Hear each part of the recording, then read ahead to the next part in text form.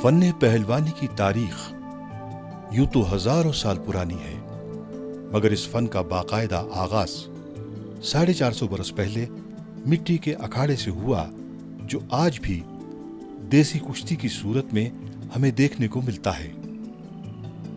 برِ صغیر پاک و ہند میں باقاعدہ اس فن کے آغاز کا سہرا مسلمانوں کے سر ہے۔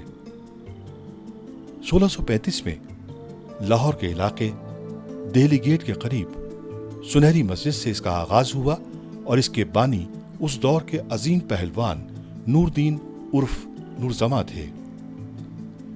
کسی زمانے میں راجے مہاراجے فن پہلوانی کی سرپرستی کیا کرتے تھے، اور اسی لیے فن پہلوانی برِ صغیر میں خوب پھولا پھلا۔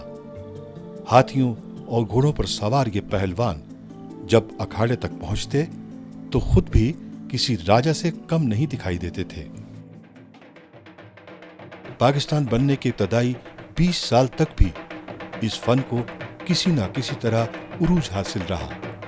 حکومتی سرپرستی اور عوامی توجہ کی وجہ سے ارض پاک میں بڑے بڑے نامور پہلوان پیدا ہوئے۔ ان میں بھولو برادران، شیتا منیلا چیمپئن، صادق پہلوان، یونس پہلوان ستارہ پاکستان، جھارا پہلوان، طارق پہلوان پسر یونس پہلوان قابل ذکر ہیں۔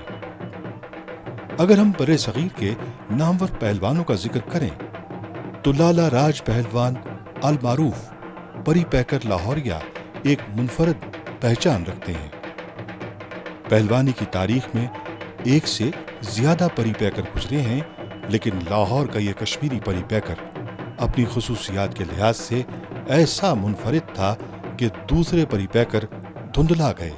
میں تو ان کی عظمت کے متعلق صرف ایک بات کہہ سکتا ہوں کہ جو میں نے اپنے بزرگوں سے ان کے قصے سنے پہلوانی کے متعلق، پری پیکر نام بڑے پہلوانوں نے اپنے نام کے ساتھ لگایا ہوا ہے، کوئی یہ پری پیکر ہے، وہ پری پیکر ہے، مگر میں سمجھتا ہوں کہ جتنا نام پری پیکر لالا راج پہلوان کے ساتھ جچتا ہے کسی پہلوان کے ساتھ نہیں جچتا۔ یہ لالا راج پہلوان بہت اچھے پہلوان تھے، اور ہمارے باپ بھائی جو بھی دوست ہیں سب ان کا نام لیتے تھے۔ یہ بہت اچھے پہلوان ہیں، انہوں نے بہت فنکاری کیا اور فنکار تھے، بہت اچھے تھے۔ گزشتہ دنوں ان کی برسی کے موقع پر الحمرہ ہال میں ایک خوبصورت پروگرام کا انعقاد کیا گیا، جس میں نامور سیاسی، فنی، ادبی و علمی اور فن پہلوانی سے وابستہ شخصیات کے ساتھ ساتھ عوام کی ایک بڑی تعداد نے بھی شرکت کی۔ اس موقع پر لالا راج پہلوان کو زبردست خراج تحسین پیش کیا گیا۔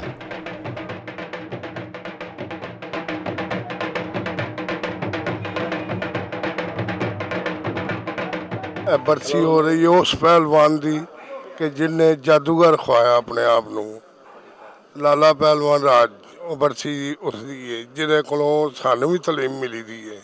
وہ دنیا میں بھی ایک ہوئے ہیں، ان جیسا نہ کو ہوا ہے تاریخ پہلوانی میں۔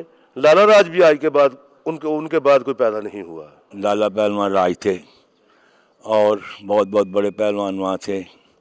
ہم بچے تھے، ہم ان کے زور دیکھتے تھے، ان کے داؤ پیچ دیکھتے تھے۔ پہلوان جی بہت بہت بڑی کشتیاں لڑتے تھے، بہت فنکار پہلوان تھے۔ لالا راج پہلوان کی ایک کشتی جلندھر میں گرداور سنگھ سے ہوئی تھی، جو مجھے میرے بابا نے سنائی، اور اس کشتی میں میرے دادا علی سائیں پہلوان ستارہ ہند جو تھے وہ کشتی کے منصب بھی تھے۔ وجود کے حساب سے ان کی حالت یہ تھی کہ 2 سیر کا اور 1 چھٹانگ کا مقابلہ تھا۔ گرداور سنگھ میدان میں آ گیا تو دیکھتے ہیں کہ لالا راج ابھی نہیں آیا۔ تھوڑی دیر میں کہتے ہیں کہ آواز آئی بچوں کے شور کی اور سیٹیوں کی۔ دیکھا تو لالا راج سفید رنگ کی پگڑی پہنے ہوئے اور اس کا شملہ جو ہے اس کو ہرا رنگ کیا ہوا باہر نکالا ہوا، تو اچھلتے کودتے ہوئے میدان کی طرف آ رہے ہیں۔ آتے ہی بڑے ادب سے انہوں نے سلام لیا اور کپڑے بدل کے اکھاڑے میں آئے اور بھاگ کر ایک کونے کی طرف چلے گئے اور قبلہ رخ منہ کر لیے۔ گرداور سنگھ جو ہے وہ کہتے میدان میں جیسے شوکے مار رہا تھا، تو کہتے جب لالا راج پلٹے تو ان کی آنکھوں میں آنسو تھے۔ میں نے اپنے بابا سے پوچھا کہ یہ کیا کہانی تھی. انہوں نے کہا اس نے اپنے آپ کو حضور کے دربار میں صلی اللہ علیہ وسلم پیش کر دیا تھا. تو کہتے ہیں اس نے آتے ہی گرداور سنگھ کی ناک کو چھویا, رگڑا, اس کو تیش دلایا کہ وہ بھاگ کے اوپر آئے. تو کہتے ہیں وہ علی سائیں پہلوانوں نے روکا کہ ابھی سٹارٹ نہیں ہوئی. تو اس کے بعد انہوں نے اشارہ دیا کشتی کا. تو لالا راج, وہ گرداور سنگھ تو پہلے ہی غصے میں تھا, بھاگ کے اوپر آیا تو لالا نے ملتانی مار کے 1 منٹ میں اسے گرا لیا. تو کہتے ہیں حالت یہ تھی کہ علی سائیں پہلوان خود منصف جو تھے, وہ ان کی خوشی کا یہ حالت تھی کہ انہوں نے چھلانگ لگائی اور زمین سے 4.5 فٹ اونچے تھے اور ہاتھ یوں کیے ہوئے تھے کہ وہ مارا. یعنی یہ کشتی تو یہ تھی.